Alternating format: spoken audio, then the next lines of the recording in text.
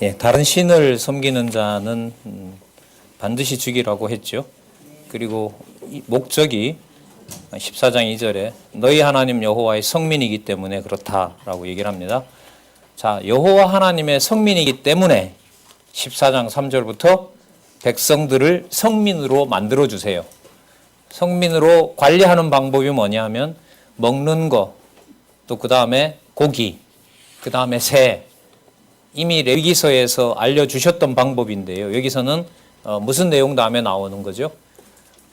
이방 신을, 우상을 섬기자고 하는 것을 절대로 용납하지 말라고 하시면서 그것에 대해서는 절대 용납하지 말고 그 이유가 여호와 하나님의 성민이기 때문에 그렇고, 그럼 그 성민들은 그것에 따라가지 말고 이런 것만 내가 먹게 해주겠다.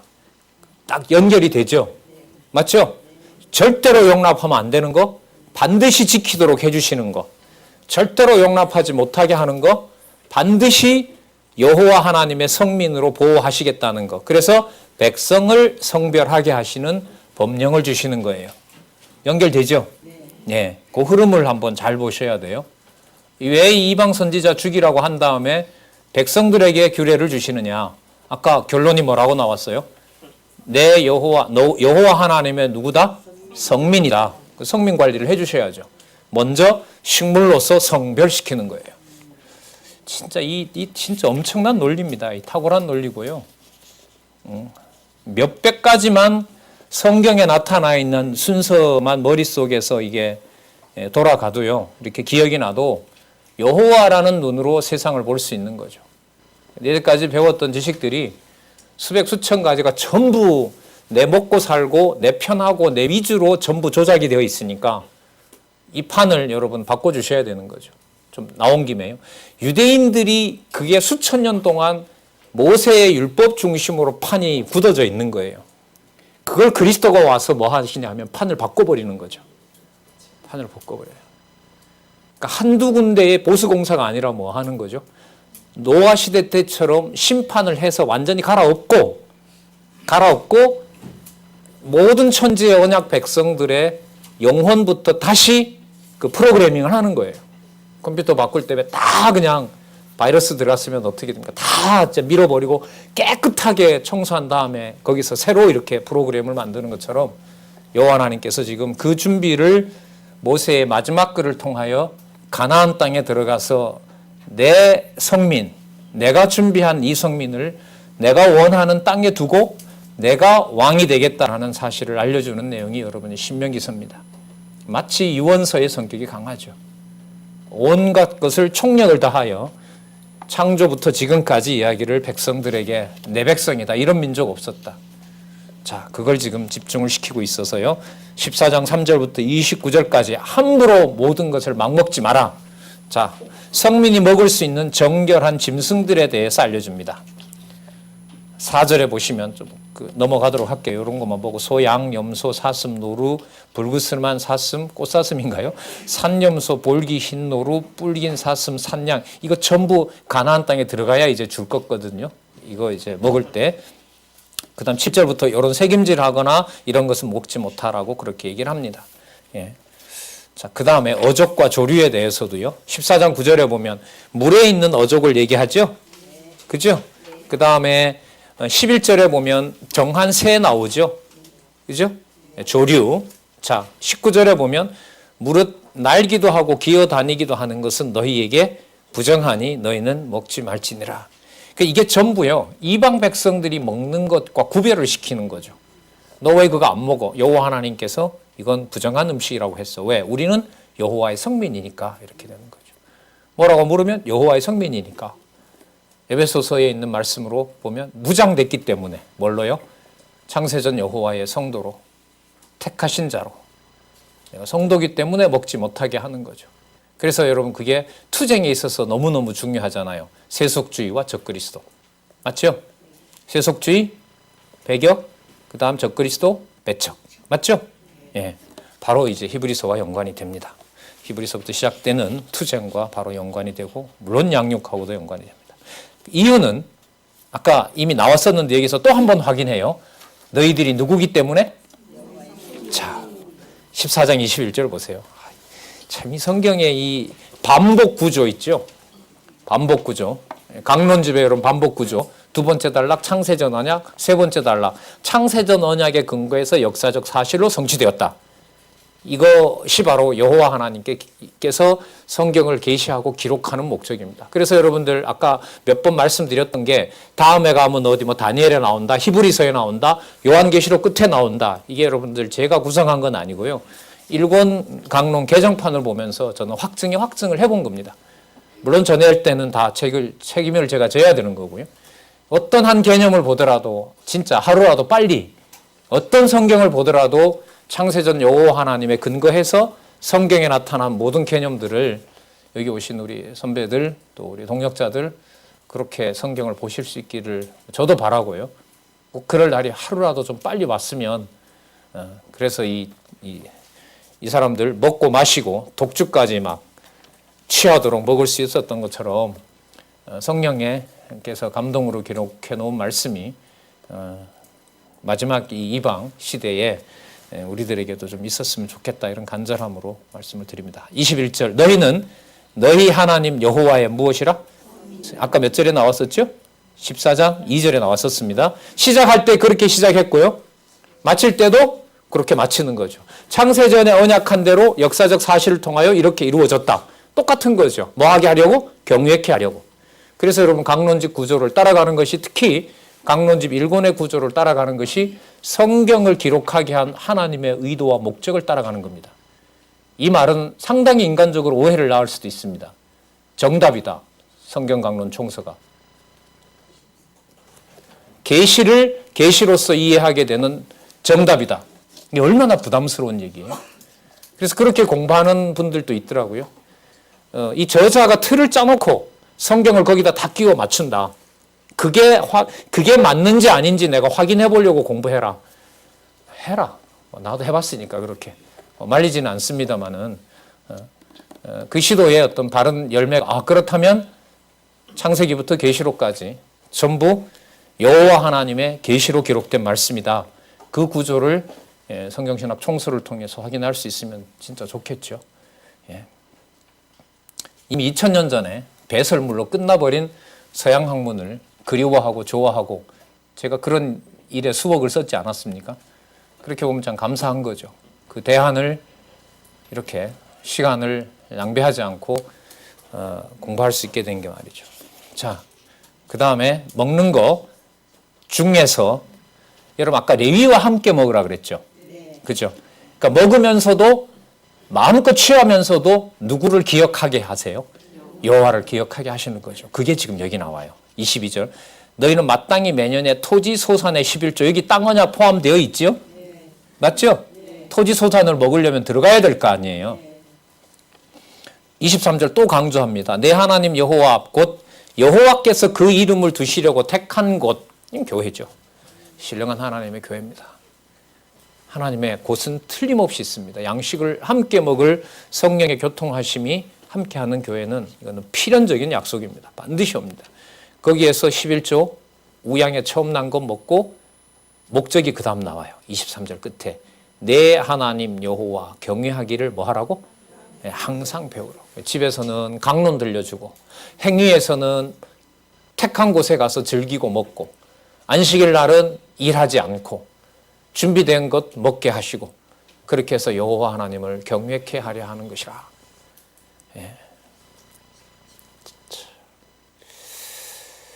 멀면 택하신 곳을 내가 만들어 주겠다고 하고요. 25절에 보면 그것을 돈으로 바꾸어 그 돈을 싸서 가지고 내 하나님 여호와의 택하신 곳으로 가서 무릇 내 마음에 좋아하는 것을 그 돈으로 사되 우양이나 포도주나 뭐라 그래요?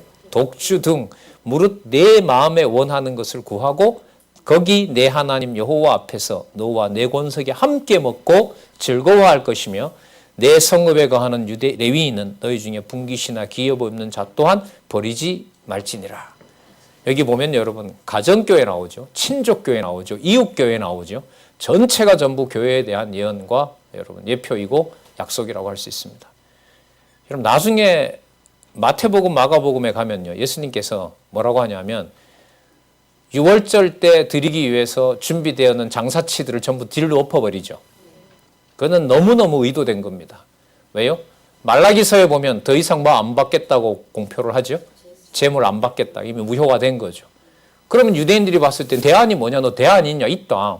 내가 성전 세울 거니까. 내가 재물이 되고 내가 제사장이 될 것이기 때문에. 이게 마태복음에 이루어지지 않았습니까? 여러분, 그걸 이렇게 명백하게 글로 쓰여져 있는 이걸 아직 기록되지도 않은 예수님의 말을 듣고 유대인들이 그걸 쉽게 바꾸겠어요? 인간적으로 생각을 해보면 도저히 불가능한 거죠. 그래서 예루살렘을 불태워서 하나도 예루살렘에 들어올 수 없게 해야 여호와 하나님을 새롭게 섬기는 실체인 교회가 서는 겁니다. 그러니까 여호와의 이 주권적인 방법을 한번 생각해 보세요. 수천 년 동안 지켜왔던 유대인에게 어떤 흔적도 남기지 않고 여호와의 이름을 다 쓸어버리고, 그게 여러분 소선지서 약속입니다. 소선지서요. 이사야부터 말라기까지의 내용이 내 이름 둘 곳도 내가 다 쓸어버리겠다는 거 아닙니까? 예? 그러면 여호와는 어떻게 된 거예요? 라고 물을 때 하늘에 속한 나라를 내가 보내겠다. 내 이름으로. 그것도 내가. 그리고 그리스도 말씀대로 나를 본 자는 아버지를 보았느니라. 요한복음에 그 말씀이 나오는 게 너무너무 어마어마한 거죠. 사실 굉장히 놀라운 얘기인 겁니다. 자, 여호와 앞에서 11조를 택한 곳에서 먹고 배우라고 얘기를 하십니다. 나중에 그리스도가 오셔서 완성하실 여러분들 모든 교회, 그래서 가정, 여기 친족, 이웃, 족속, 전부 레위인, 그 다음에 성에 우거하는 자, 그 다음에 나그네들, 고아들, 과부들, 방랑객들, 종들 전부 함께하는 여러분이 그 11조에 참여를 얘기를 하고 있는 거죠. 자, 독주까지도 마음 놓고 마시라고 얘기를 일러주고 있습니다. 그러니까 어떻게 보면 여호와 하나님을 즐기는 것을 육체를 준 이유가 바로 여호와 하나님만 경외하게 하려는 데서 초점을 맞추어서 그날 마음껏 그렇게 여호와를 즐거워하게 하시죠. 그 출애굽할 때 70인 장로들이 여호와를 봤지만 죽지 않았다는 말씀 나왔죠. 똑같아요, 이거랑. 이걸 지금 백성들도 누리게 하시는 거죠.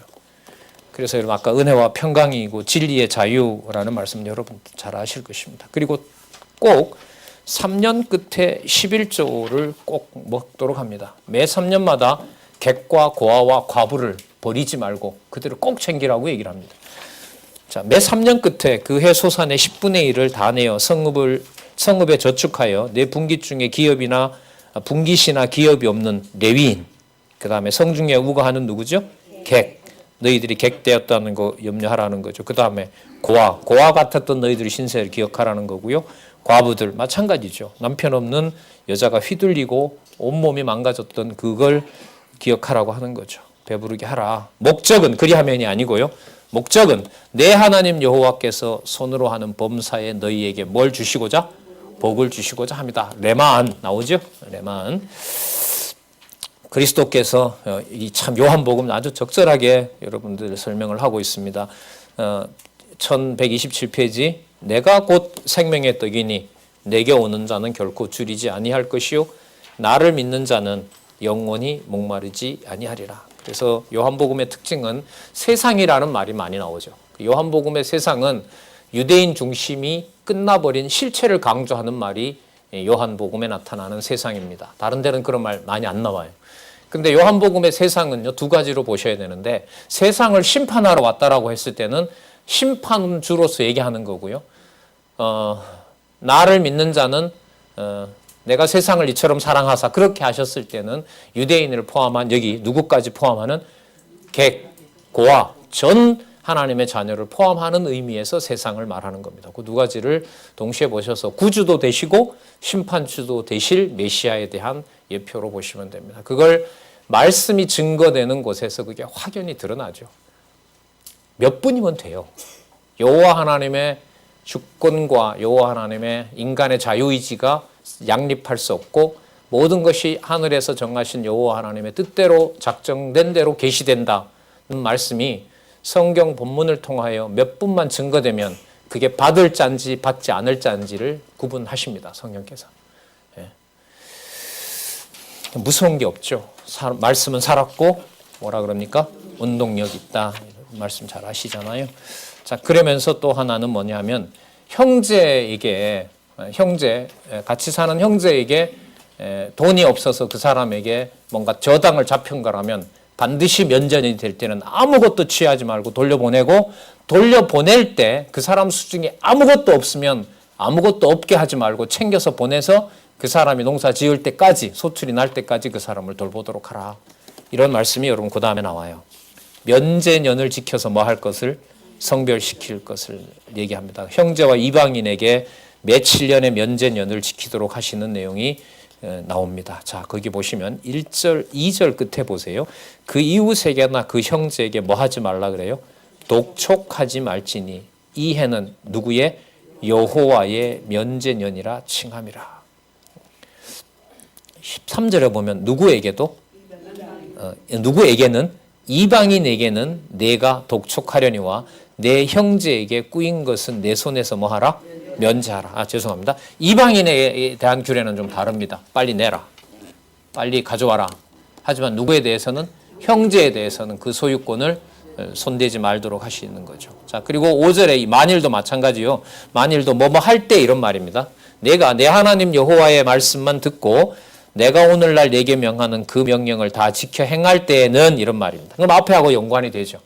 그 형제들을 이렇게 면제년을 잘 지키도록 해줘야 되는데 그런 일이 벌어지게 되면 그게 무슨 의미가 있냐면요. 내 하나님 여호와께서 내게 유업으로 주신 땅에서 내가 정령 뭐예요? 복을 받고 너희 중에 가난한 자가 없도록 할 것이기 때문이다. 어떤 자도 가난한 자가 없도록. 그래서 나중에 예수님 와서 이것도 확증을 해버리죠. 유대인을 시기나게 하여 먼저 된 자가 나중되고 나중된 자가 먼저 되게 하는, 진짜 유대인들을 너무너무 화나게 하는, 유대인을 화나게 하는 여러분 예언은 우리 지금 대학반 본과에서 선지서하고 있는데 바로 요나서가 바로 여호와께서 택한 백성들이 봤을 때 이방인이 여호와 부르는 걸 참지 못하게 만들어 놓는 내용이 바로 요나서라고 보시면 됩니다. 자, 내가 여러 나라에 꾸어줄지라도 6절입니다.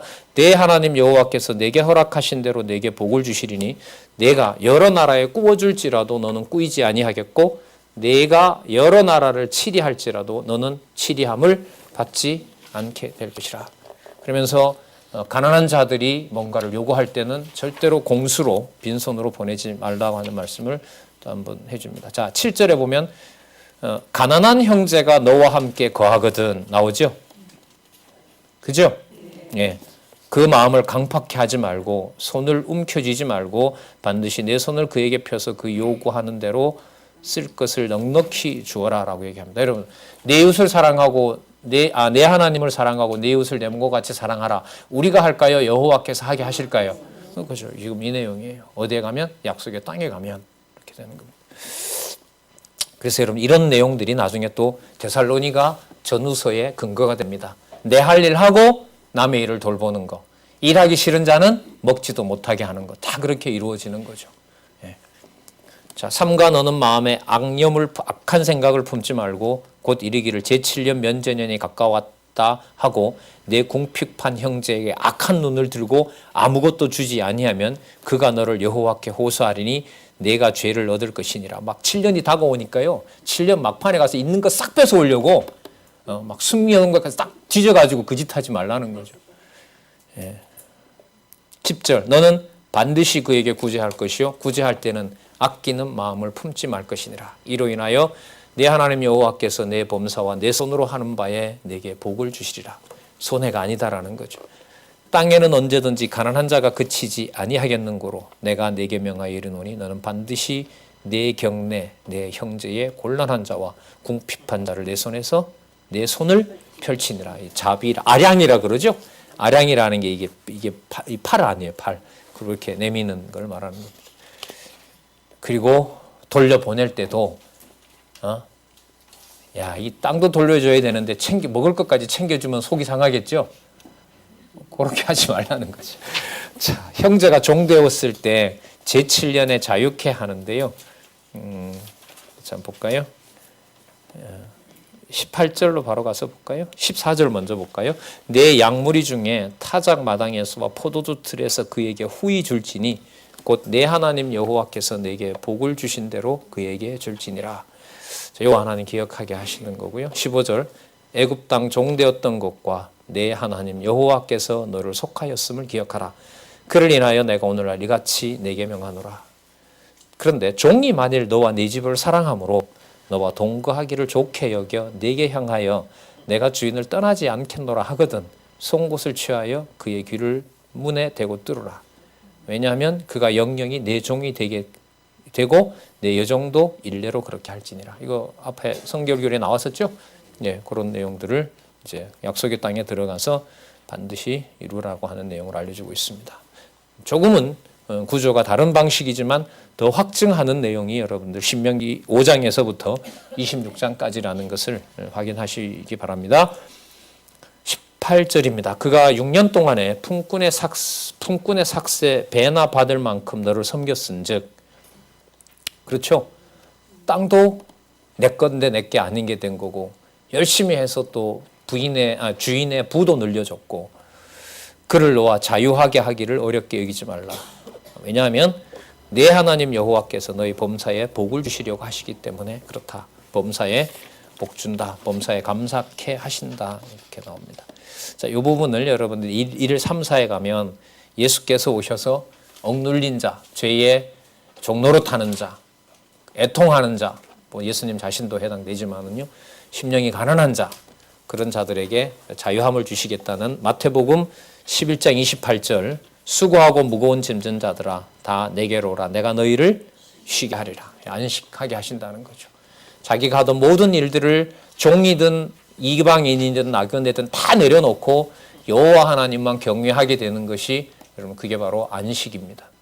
여호와 하나님이 우리에게 있느냐 없느냐, 여호와 하나님의 계시의 말씀이 우리들에게 양식으로 공급되느냐 안 되느냐, 그것이 바로 안식의 척도라는 사실을 여기서 또 한번 확인할 수 있고요. 그리고 가지고 있는 소유물 관리하는 법도 가르쳐줘요. 땅뿐만 아니라 아까 여러분들 굉장히 많은 종류의 그 가축들 먹는다 그랬죠. 그죠? 동물들 식물로 줬잖아요.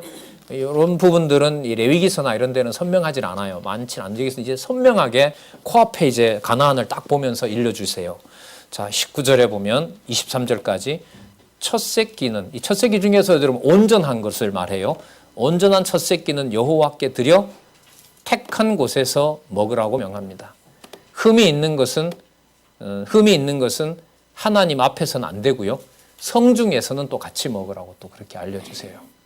자, 20절에 보면 너와 내 가족이 매년에 여호와의 택하신 곳 내 하나님 여호와 앞에서 먹을지니라. 그러나 그 짐승이 흠이 있어서 절거나 눈이 멀었거나 무슨 흠이 있든지 내 하나님 여호와께 잡아들이지 못할지니 내 성중에 먹되 부정한 자나 정한 자가 다 같이 먹기를 노루와 사슴을 먹음같이 할 것이요 오직 피는 먹지 말고 물같이 땅에 쏟을지니라. 여러분 눈 떠서 잠잘 때까지 모두 여호와의 명대로 여호와를 기억하는 거, 여러분 이게 간섭일까요? 사랑일까요?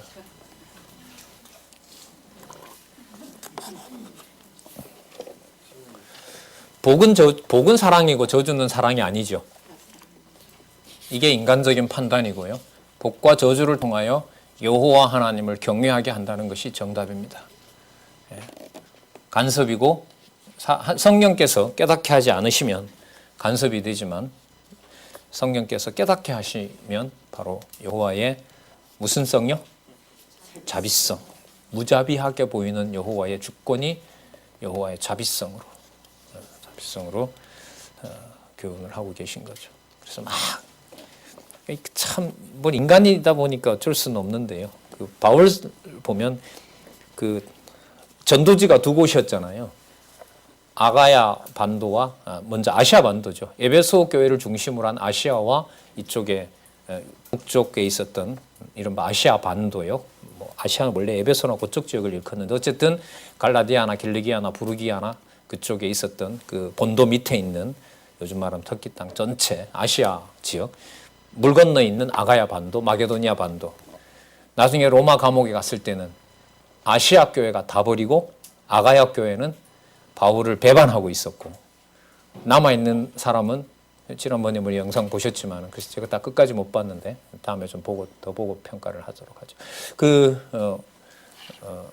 누가와 초기에 자기를 떠났던 마가 몇몇 사도만 여러분들 감옥에 함께 하는 걸로 하나님께서는 그 교회를 하나님의 방법으로 돌보게 하시는 거죠.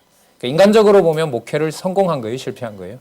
실패한 거죠. 그렇게 울며 불며 예루살렘으로 죽으러 가는 걸 2년 동안 두란노소원에서 가르쳤잖아요. 그 장로를 비롯한 모든 성도들이 디모데 후서에 보면 몇 년 안 흘렸어요. 그러니까 몇 년 흐른 것도 아닌데 감옥에 가서 디모데 후서를 쓸 때는 아시아의 모든 교회가 나를 버렸느니라. 누구는 뭐 해서 떠났고 누구는 뭐 해서 떠났고 누구는 내가 뭐 해서 보냈고 그런 걸로 해서 다 버리게 하는 거죠. 그럼 여호와의 이름 사라진 건가요? 교회 끝난 거죠. 예, 우리 기준이에요. 그러니까 아까 약속을 여호와께서 여호와의 이름을 관리하시는 방법이 여호와의 이름을 아예 머릿속에도 입에도 담지 못하는 지경까지 여호와께서는 섭리하세요. 근데 우리로 보면 참 잔혹하고 무섭지만은 여호와의 이름을 여호와께서 지켜가신다는 것은 너무너무 명확해지는 거죠. 그러니까 최악에서 최고의 복음을 들을 수 있도록 섭리하시는 것.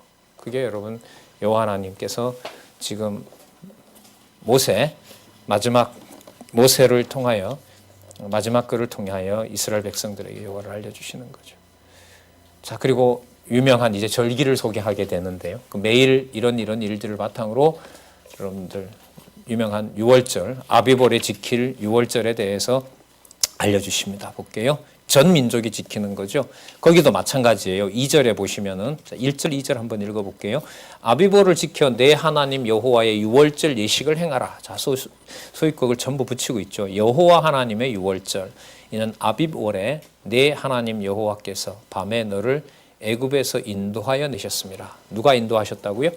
여호와께서. 2절 여호와께서 그 이름을 두려고 택한 곳에서 또 나오잖아요. 이 장소를 벗어나면 안 되는 거죠.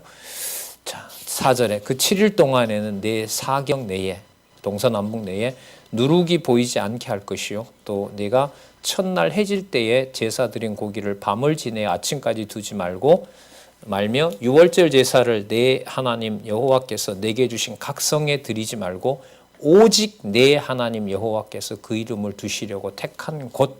이게 여러분들 요 말 속에 이제 아까도 말씀드린 것처럼 땅 언약의 성취 섭리의 목적이 바로 여호와 하나님이 택하신 곳에서 뭐 하시려고요? 여호와 이름 부르게 하시는 거죠. 그럼 가나안 땅에 이 백성들을 왜 데리고 갈까요?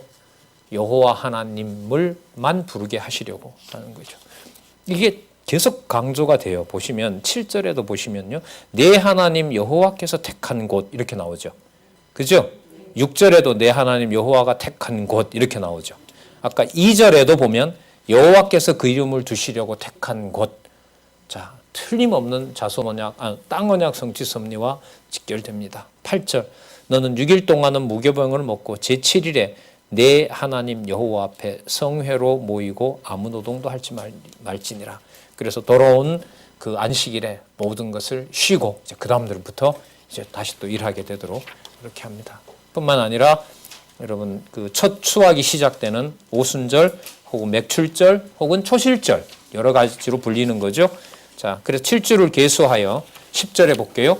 내 하나님 여호와 앞에 7절을 지키되 내 하나님 여호와께서 내게 복을 주신 대로 내 힘을 헤아려 자원하는 예물을 드리고 또 나옵니다. 내 자녀, 노비, 성중에 거하는 레위인, 객, 고아, 과부와 함께 내 하나님 여호와께서 그 이름을 두시려고 택한 곳.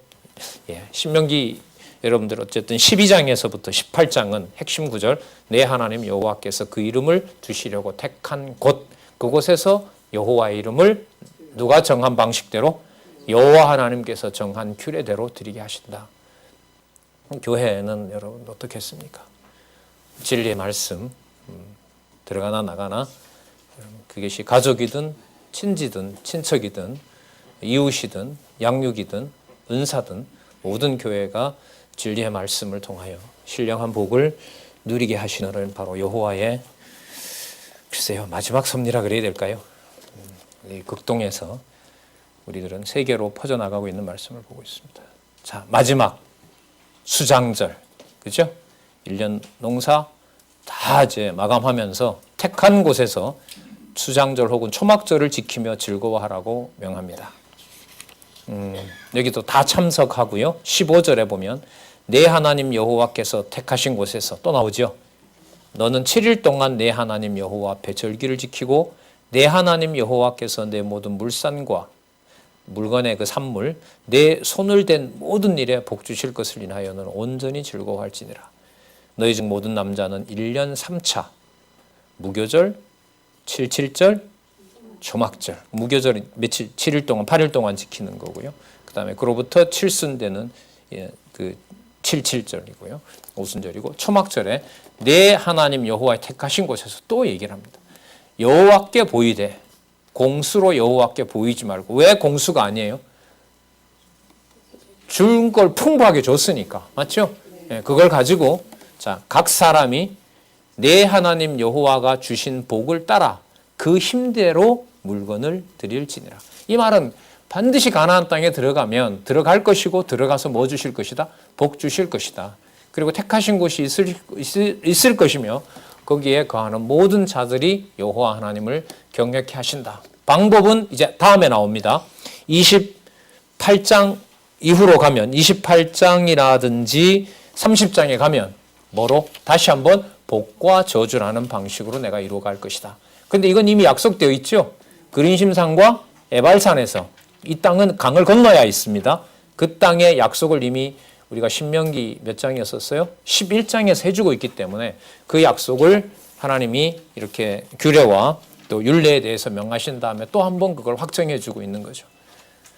이런 거죠. 그러니까 복을 지켰다고 해서 궁극적인 언약이 확인되는 건 아닙니다. 그러니까 복을 받든 저주를 받든 언약은 언약인 거예요.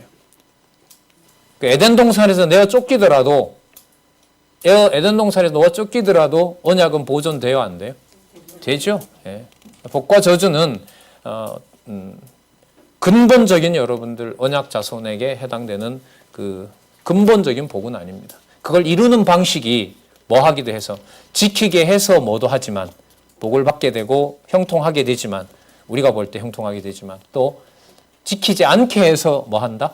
저주와 심판을 받는다. 그렇다고 해서 저주와 심판 받는 것이 여호와의 본래 언약이 사라진 것이다 아니다.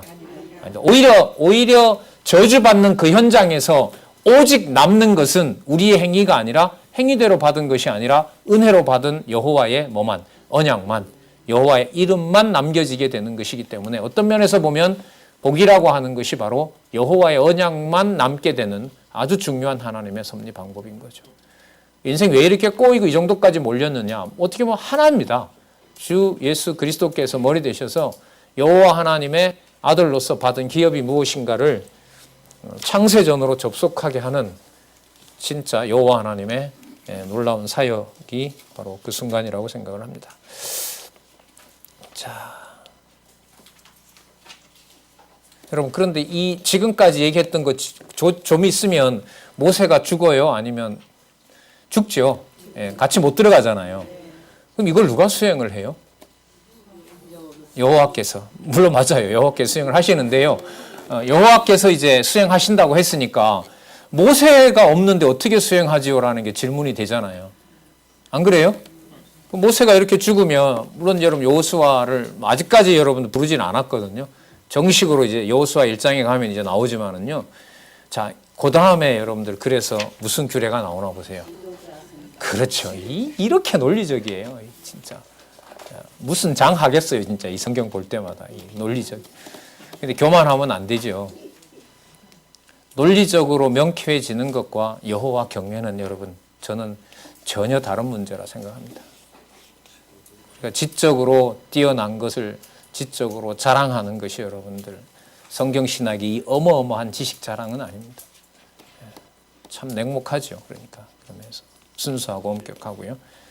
자, 지도자를 성별시켜서 이상에 있었던 규례를 뭐하게 한다? 지키게 하신다. 그래서 바로 지도자 성별을 여러분 지도자들은 주로 뭐 합니까? 뭘 선지자나 왕이나 제사장들은 뭘 부어줘요? 그러니까 여러분 지도자 성별규례는 뭐냐면 기름 부은 받은 자들을 세워서 법령을 관리하도록 하시겠다 이렇게 되는 겁니다. 자, 이른바 삼직이 나옵니다. 16장 18절에서부터 한번 볼까요? 누구 규례 나오죠? 재판장 규례 나오죠? 자, 재판장. 여러분 그 재판장은요 우리가 아까도 얼핏 말했습니다만은 뭐 입법, 사법, 행정 이거 분리 안 돼요. 사실 이 분리 안 되는 게 좋죠. 여러분 이렇게 예를 들어볼까요? 여러분 집에서 예를 들면 아버지나 어머니가 그 가족의 법을 정하잖아요. 맞죠? 그 가정 관리 누구 방법대로 해요? 부모님 방법대로 하잖아요. 그죠? 그 집행을 누가 해요? 부모님이 하시잖아요. 평가도 누가 해요? 부모가 하잖아요. 그럼 거기는 입법과 사법과 행정이 분리되어 있어요? 안 되어 있어요? 안 되어 있는 거죠. 그래서 여러분들이 민주적인 제도라는 게 여러분들 조금 아는 척 하면은요. 이게 프랑스에서 프랑스 계몽주의, 그 프랑스의 그 바스티유 감옥이 붕괴되면서 이른바 전제 통치가 끝났다고 얘기하면서 이제 모든 주권은 국민으로 나오며 이러면서 이게 프랑스 대혁명이거든요. 1789년에. 그 이후로 이제 군대 국가, 현대 국가가 성립해요. 하면서 이른바 그 몽테스키에에 의해서 입법, 사법, 행정의 삼권 분리가 나와요. 이게 진짜 좋은 줄 알았거든요, 저는. 그걸 누가 나쁘다고 하겠어요? 권력을 분산한다는데. 근데 나중에 여러분 성경은 거꾸로 가잖아요. 예수님께서 법 세우시고, 맞죠? 선지직으로. 맞죠? 예수님께서 왕 되시죠? 예수님께서 뭐 하세요? 심판하시죠. 그 민주주의는 허구입니다. 제가 이런 말 하게 될지 저는 진짜 꿈에도 생각을 못했어요. 제가 공부했던 인문학 전통에서 삼권 분립이야말로 최고의 법이고 지상에서 가장 인간다운 법인 줄 알았어요. 악법이고 계약이고 속임수고 민주주의든 사회주의든. 자, 뭔가 어젯밤에 계시를 받아가지고요. 네. 그래서 여러분들 이게 그동안 진행됐던 거 보세요. 투표 비성경적입니다. 성경이 뭐냐? 우리 이렇게 묻는 거 아니에요? 맞죠? 51대 49, 51이 진리다. 우리 그렇게 말하지 않잖아요. 우리가 묻는 건 뭐죠? 성경이 뭐냐? 성경적 근거가 뭐냐? 우리 그렇게 묻도록 하고 있지 않습니까? 그리고 성경에서 그게 맞다 하더라도 몇 장 몇 정 조항에 넣어서 우리가 밀어붙이고 실천하게 하고 강행하고 합니까? 안 합니까? 하지 않죠. 기지협이 그래가면 탈퇴할 수밖에 없죠. 성경을 두고 인간의 힘을 모아서 밀어붙인다면 그건 성경적으로 용납할 수가 없는 겁니다. 물론 그게 통과되고 안 되고 여호와께서 진리의 말씀으로 그렇게 하시리라고 봅니다. 그래서 여기에 말하는 재판장 그리고 선지자 왕 제사장직은 일단은 하나님께서 먼저 주지요. 다윗은 왕으로 나단 선지자는 제사장으로 선지자로 사독은 제사장으로 주지만 나중에 소선지서에 가면 삼직을 전부 없애버립니다. 그리고 누구에게로 몰아가요? 선지자, 왕, 제사장은 누구이시다? 예시아이시다. 민주주의의 한계, 여러분 국가 정치 체제에 좋아 보이는 어떤 복지국가 시스템, 여러분 가정교회로부터 시작하는 입법, 사법, 행정권의 머리 되시는 하나님의 아들 주 예수 그리스도로부터 성경신학과 함께 이 시대의 전 시작이 됐다고 봅니다. 책임질 수 있는 말을 저는 지금 적어도 하고 있습니다. 증명을 하라 그러면 특강 기회를 주시면 하도록 하겠습니다. 강론 일단 말라기까지 마치고요. 자, 같이 한번 고민해 주시기 바랍니다. 자, 16장 18절에서부터 20절까지 지파를 따라 재판장을 세워 공의로 판단하라고 명합니다. 18절 또 나와요. 내 하나님 여호와께서 내게 주시는 각 성에서 네 지파를 따라 재판장과 유사를 둘 것이요. 통치자들이죠. 그 다음에 아주 중요한 말이 나오죠. 무엇으로 백성을 재판하라? 공의로. 그 공의의 조항들을 앞서 다 얘기해줬죠. 그걸 가지고 하면 되는 거죠. 그래서 19절에 판단을 굳게 하지 말고 외모 취하지 말고 뇌물 받지 말고 뇌물은 지혜자의 눈을 어둡게 하고 의인의 말을 굽게 하느니라. 나중에 이제 이걸 솔로몬의 지혜를 통해서 알려주고요.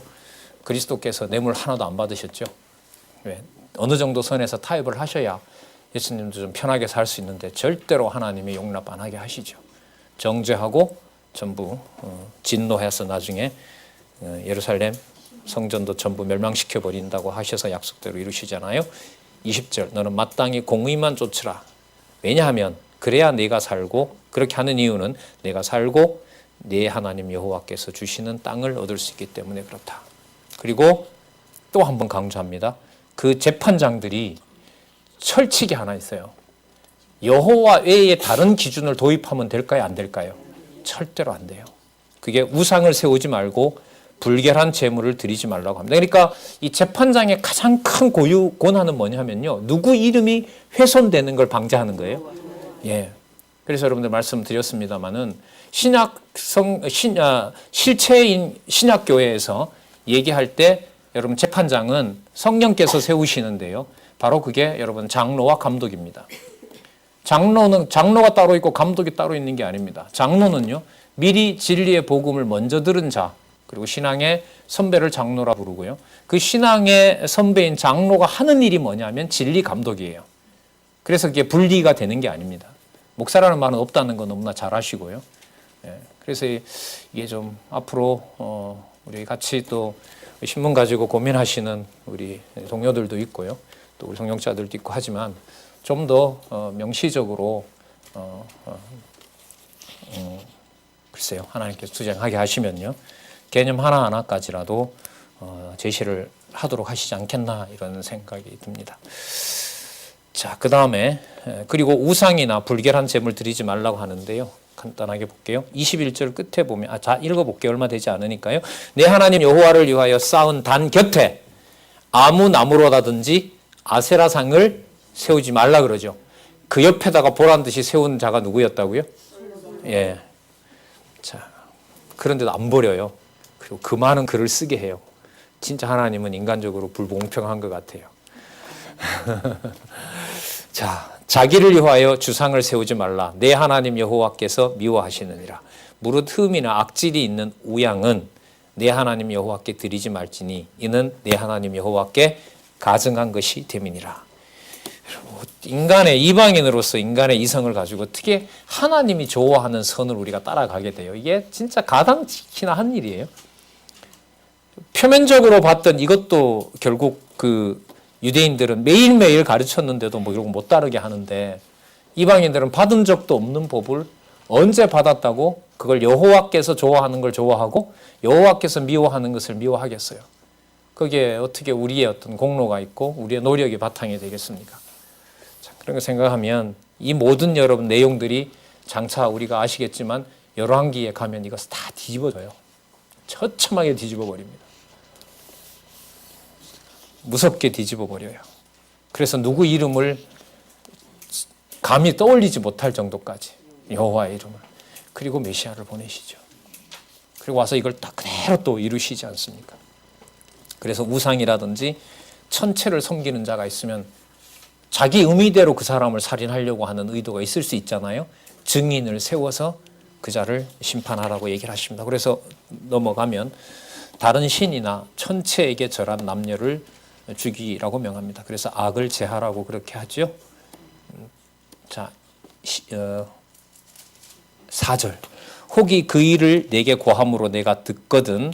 자, 우상을 섬기거나 천체를 섬겼다고 하면은요, 자세히 사실을 알아보아서 볼지니 만일 그 일과 말이 확실하여 이스라엘 중에 이런 가증한 일을 행함이 있으면 너는 그 악을 행한 남자나 여자를 내 성문으로 끌어내고 돌로 그 남자와 여자를 쳐 죽이되 죽일 자를 2사람이나 3사람의 증거로 죽일 것이요 한 사람의 증거로는 죽이지 말 것이며 이런 자를 죽이면은 증인이 먼저 그에게 손을 댄 후에 묵백성이 손을 댈지니라. 넌 이와 같이 하여 너희 중에 악을 제할지니라.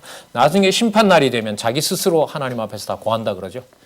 예. 자, 그렇게 신약의 교회에 가면, 그러니까 그 말도 결국은 누가 누구를 심판하지 않는다는 거죠. 인간이 인간에 대해서 심판하고 정죄하고 하지 않죠.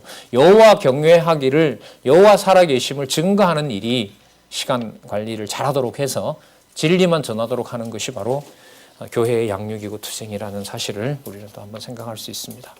제사장이나 재판장을 듣지 않는 자는 죽이라 그럽니다. 왜냐하면 아까 뭐 이법사고 행정도 얘기했습니다만은 가정의 법이든 바깥의 법이든 구분이 안 되는 거예요. 전부 누구에게 맞춰져 있어요? 여호와 경외에 맞춰져 있죠. 그러면 재판장이나 제사장의 말을 듣지 않는다는 말은 누구의 명을 거부하는 거죠?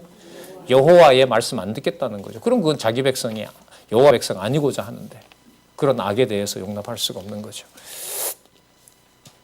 자, 여기도 계속 강조가 돼요. 8절 끝에 보시면 여러 다투는 일이나 피 흘린 일이나 그런 게 생겨서요. 너는 일어나 내 하나님 여호와의 택할 곳으로 올라가서 이 재판도 함부로 할 수는 없습니다. 자, 10절에 보면 또 강조가 됩니다. 여호와께서 택하신 곳에서 그들이 내게 보이는 판결의 뜻대로 내가 행하되 무릇 그들이 내게 가르치는 대로 삼가 행할 것이니 그들이 내게 가르치는 법률의 뜻대로 그들이 내게 고하는 판결대로 행할 것이요 그들이 내게 보이는 판결을 어기어서 좌로나 우로나 치우치지 말 것이니라. 사람이 만일 천자의 교만하게 행해서 내 하나님 여호와 앞에 서서 섬기는 재판장이나 제사장이나 재판장을 듣지 아니하거든 그 사람을 죽여 이스라엘 중에서 뭘 제하라? 자, 그 이유는 그리하면이 아니고요. 목적은 온 백성이 듣고 두려워하여 다시 뭐하지 않도록 교만하게 행하지 않게 하도록 하심이니라. 자, 그 다음에요. 왕이 이 재판, 그럼 여러분 재판장은 누가 재판할까요? 50부장, 100부장, 10부장은 누가 재판해요? 이걸 바로 왕이 하세요. 그래서 아직 전혀 상관이 없을 법한 왕은 여러분 지금부터 앞으로 500년 후에 나옵니다. 이걸 지금 약속을 하고 있는 거죠. 통치 언약과 맞물려 있어요. 기억나실런지 몰라도요. 아브라함에게 이삭을 주실 때 하나님께서 사라에게 무슨 어미라고 그래요?